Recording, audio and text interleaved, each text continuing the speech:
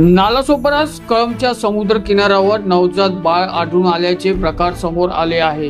बुधवारी सकाळी 5च्या सुमारास ही घटना घडली असून सापडलेला बाळ हे स्त्री जातीचा असून तिला पोलिसांनी महापालिकेच्या विरारच्या बोली रुग्णालयात उपचारासाठी ठेवण्यात आले आहे। नालासोपाराच्या भागात कळंब समुद्र किनारा आहे।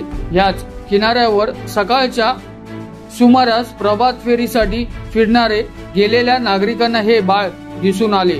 त्यांनी त्याला बाळाला उचलून घरी आणले व त्या बाळाला स्वच्छ केले। त्याची माहिती तातडीने पोलिसांना दिली। माहिती मिळताच अरुणासागरी पोलीस घटनास्थळी पोहोचून नवजात बाळाला ताब्यात घेऊन वसई विरार महानगरपालिका बोईज रुग्णालयात उपचारासाठी दाखल करण्यात आला आहे। हे बाळ नुकताच जन्मलेला असून ते 2 ते 3 दिवसाचा आहे।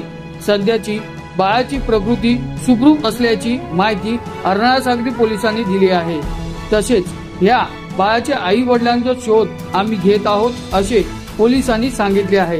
या नवजात बाळाचा असा प्रकारे उघड्यात टाकून देण्याच्या घटनामुळे नागरिकांमध्ये संताप व्यक्त केला जात आहे। Bureau report, news junction TV, Nalasopara.